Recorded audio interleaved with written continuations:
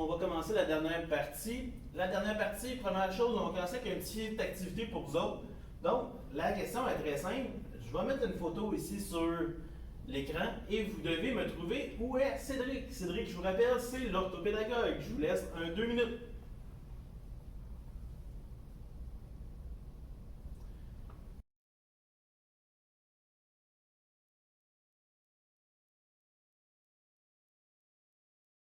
Donc, j'espère que vous l'avez trouvé. Cédric était vis-à-vis, voici la flèche.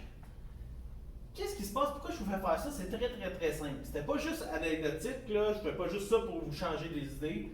Puis parce que parce que vous trouvez ça long à être un matin avec moi. C'est pas ça du tout. L'idée avec ça, c'est de vous montrer qu'est-ce qui est arrivé. Si vous avez regardé rapidement au début, après ça, vous avez commencé à regarder plus précisément pour vous attarder. Il y a plusieurs stratégies aussi que vous avez pu utiliser pour ça. Mais l'avantage qu'il fallait faire, c'était justement de chercher et vous montrer que quand vous allez faire vos cours, c'est la même chose. Ça ne veut pas dire que tu vas trouver la réponse tout de suite. Si tu l'as fait, tant mieux pour toi. Mais ça ne veut pas dire que ça fonctionne toujours le même. Fait qu'il faut y aller stratégiquement pour bien répondre. Puis il faut prendre le temps de bien le faire. Donc, des petites choses aussi pour vous aider pour l'organisation, pour bien organiser vos affaires. Première des choses, cahier de notes. Parce que quand vous reformulez dans vos mots, votre cerveau réussit à beaucoup plus de se rappeler des informations. Puis vous allez mieux les comprendre aussi. Mais c'est pas obligé d'être du texte continu, là. Ça peut être des réseaux de concepts. Qu'est-ce que c'est un réseau de concepts? C'est un peu ce que je fais là. Regardez, organisation, je mets des flèches, je pourrais juste mettre des mots, je suis pas obligé de faire des phrases complètes.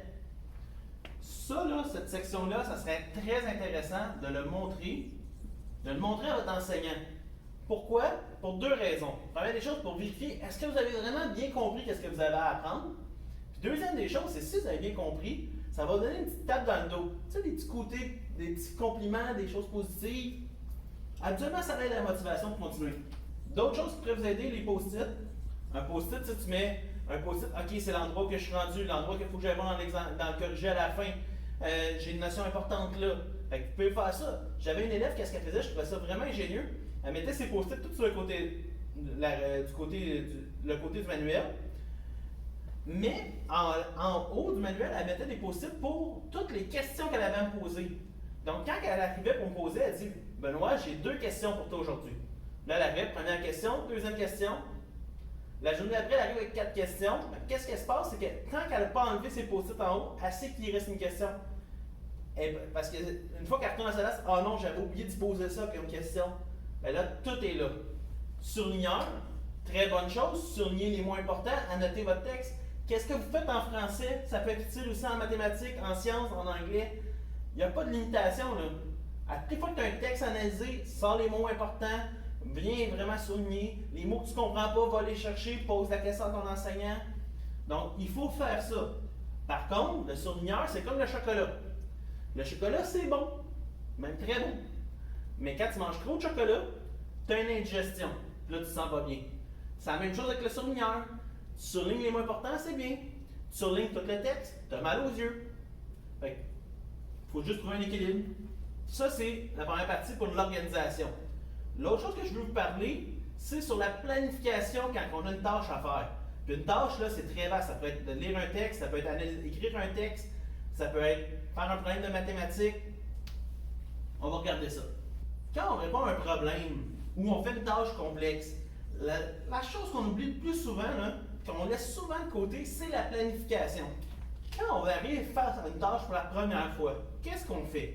Première chose, on lit une première fois avec aucune autre information. On n'annote pas le texte. S'il y a des mots que je ne comprends pas, je pourrais aller, mais là, le but, c'est de nous donner une idée globale de ce qu'on a. Deuxième étape, qu'est-ce que c'est? C'est regarder les images. Qu'est-ce qu'il y a comme information pour me donner de plus? Comment la page est structurée? Qu'est-ce qui se passe? Après ça, je lis une deuxième fois. Et là, on va annoter. Quelque chose que je vais faire aussi après ça, je vais me poser des questions.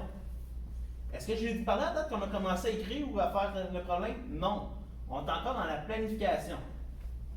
On va se poser des questions comme quoi, qui, pourquoi, comment, quelles questions qu'on peut me poser. On pourrait dire à quoi ça sert, Toutes des questions qu'on peut se poser avant même de commencer.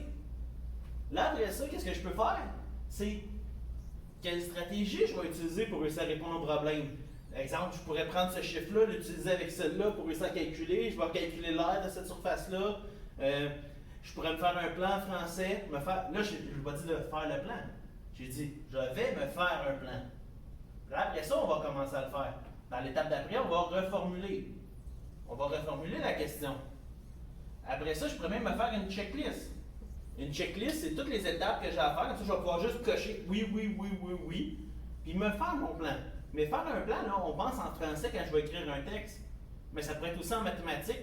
Je veux trouver l'air de ça pour trouver, après ça, l'air de ça pour trouver la profondeur, pour arriver après ça, au final, à calculer le volume. Ça peut être toutes des choses, mais là, la checklist, je viens de la nommer, toutes les étapes que j'ai. Là, je pourrais dire, OK, j'ai fait ça. Fait que ceux qui se perdent en cours de route, ça peut être une bonne stratégie à utiliser. Fait que ça, c'est pour la planification. Maintenant, moi, j'ai terminé ma partie. Je vous souhaite une bonne année scolaire. C'est ça.